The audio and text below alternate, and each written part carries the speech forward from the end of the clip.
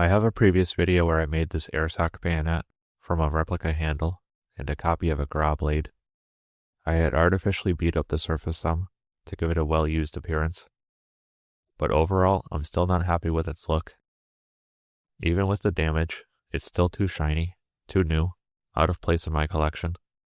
It needs a patina. So with that, I thought I'd try an experiment. How does one acquire a patina? There's a very simple answer to that question. Neglect. That's exactly what I did here. This is what the bayonet looks like after a month of leaving it outside. It rained multiple times in that month, and I left it out here, uncovered.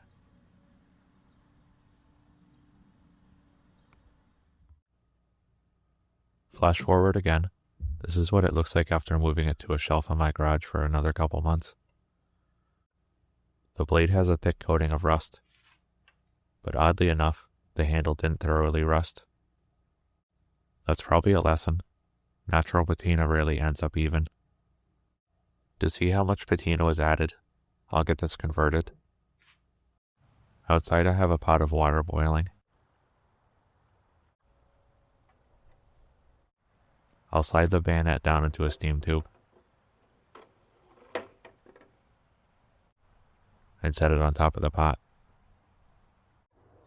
The steam from the boiling water will fill the tube, converting the rust to bluing. I'll let this go for about a half hour. This is what the bayonet looks like after boiling. The blade has taken on a medium gray patina.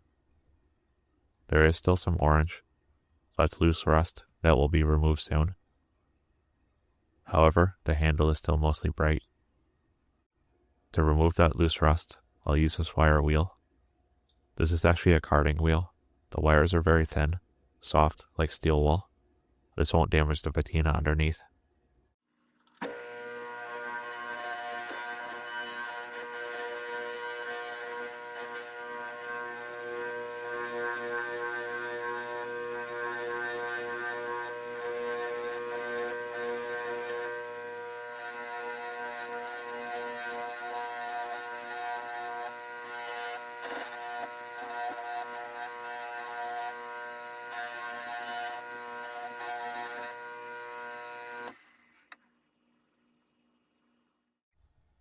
This is the bayonet after carding away the loose rust.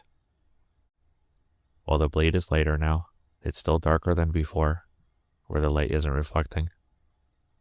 It also has a kind of texture that's interesting. The handle has a few spots of patina, but otherwise is the same as when I started. I think that 1 month of rusting isn't enough. Or, more accurately, 1 round of rusting isn't enough. So what I'll do is repeat the process from the beginning once more. This time though, I'm going to degrease the bayonet, especially the handle, to ensure that any oils that would prevent rust are removed. Then I'll return it to its spot outside, to rust.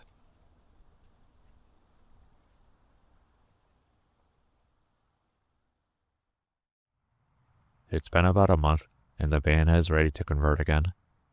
This time I'm going straight from neglect to boiling. The blade has new rust on top of the patina added. But same as before, the rust isn't even on the handle. I'll drop it down the steam tube.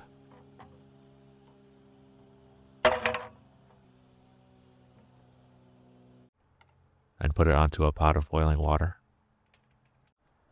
Again, I'll let this go for about a half hour.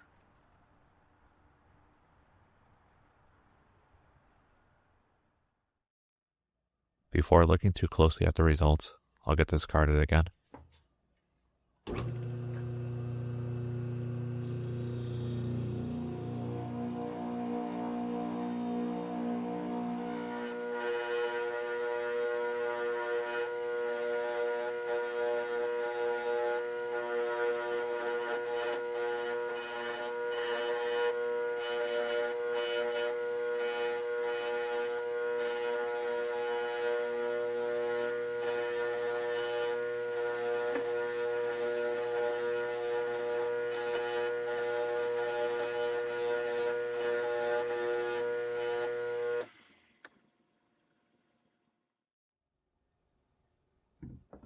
Though the handle has blotches of converted rust throughout, it seems like overall it's darker than before.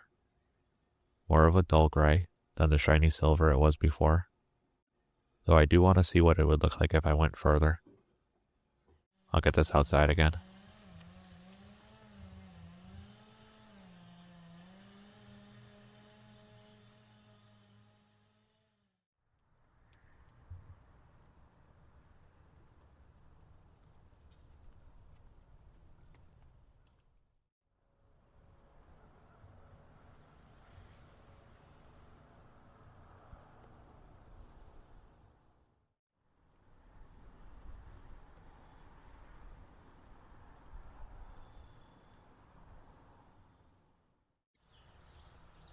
This time it's been a full 6 months with the bayonet outside.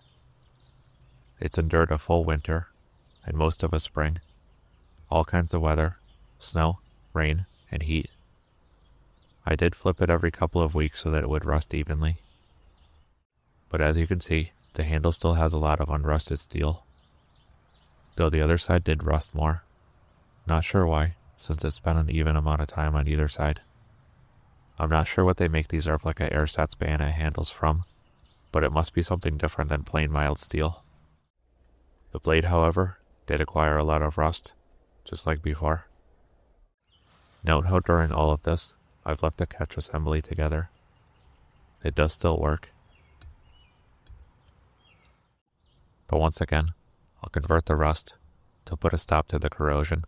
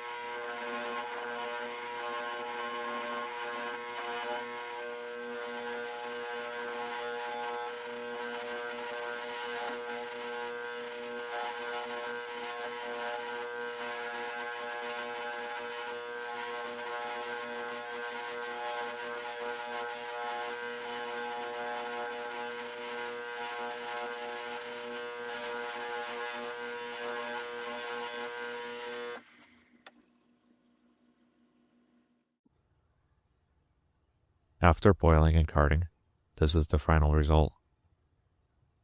Overall, I like this look a lot more than the bright, shiny look that the bayonet started with. Its dull gray appearance is far more muted, and doesn't stand out. It's a better match to the rifles that it would be attached to.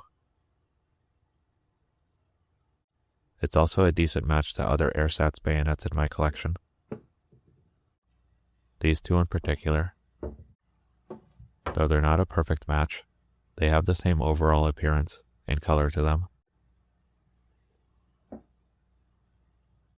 So what did we learn in this whole process? The most obvious lesson is that neglect causes patina, but I think we all knew that going in. Another lesson is that different steels acquire different patina. That's evident by the difference between the blade and the handle. I'm not calling out the blade for being low quality, though judging by the replica bayonet it started off from, it may very well be. And conversely, that doesn't mean the handle is high quality steel. They're just different, and different steels rust differently. A final lesson is that you can't control patina. You can create scenarios for it to occur, but the result cannot be counted on. All of this experiment leaves us with one question. Is a natural method of creating a patina like this useful? I'll let you be the judge of that. Let me know your thoughts, and if you have any of your own experience in adding patina. Thanks for watching.